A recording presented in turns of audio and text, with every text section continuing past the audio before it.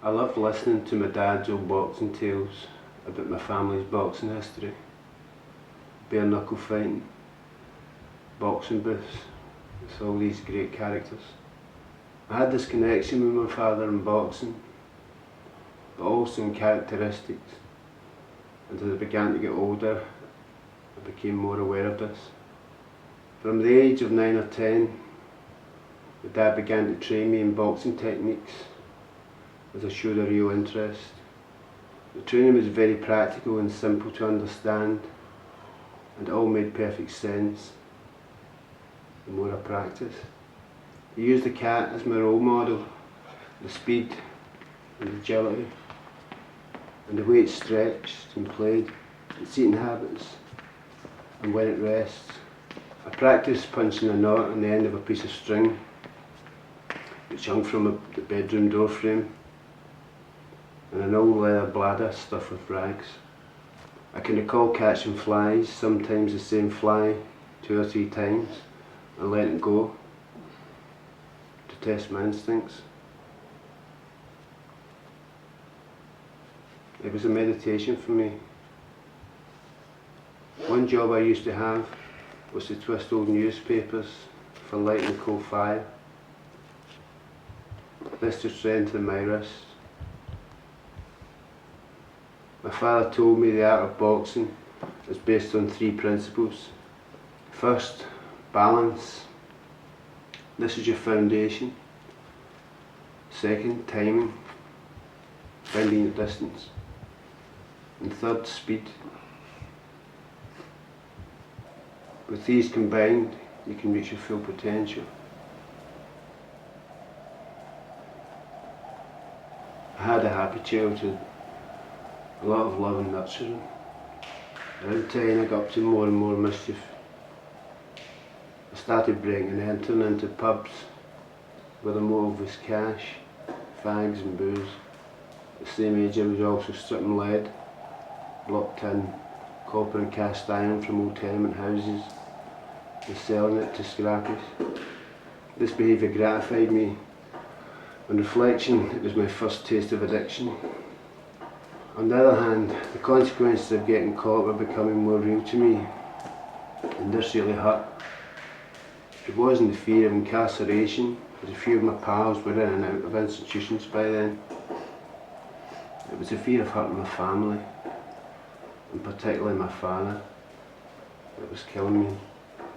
This same model of behaviour was to set the pattern for the next 25 years to come.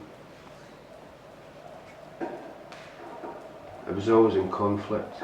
The choice between right and wrong I usually knew, but I always went for the quick fix. My low self-esteem became chronic. I couldn't make that good choice and stick to it. Reality and love got further away. Fear became my responsive feeling. It was always present. The relationship with my dad became strained. Emotional baggage got heavier. Shame, guilt and self-resentment. This was a problem. So my solution was more excessive behaviour. Pushing the feelings down and being in constant denial. Self-will run riot. Consuming more drugs, craving excitement, but gathering more emotional baggage along the way. And more baggage, the more I consumed to ease the pain. Self-loathing set the pattern and the pace, and I couldn't even see it. My instincts were completely out of balance. The turning point and moment of clarity came when my mother died. I was 36 by this time. I can remember standing at the graveside and my children were there, and recall looking at them and becoming aware that something had to be done for them, not for myself. This was the first day for many years that wasn't about paying me. Before that day, I had the choice of going to rehab or going to India for 6 months. I used to run away there a lot from months at a time.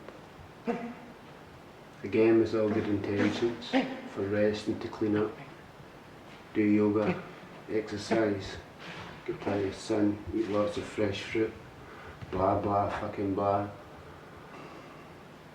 This was all the bullshit I used to say to people when I wanted to escape. Again, the problem was I always had to take my head with me. Anyway, I knew what would really happen. Again, believed it might be different this time. That day, the fantasy stopped for me.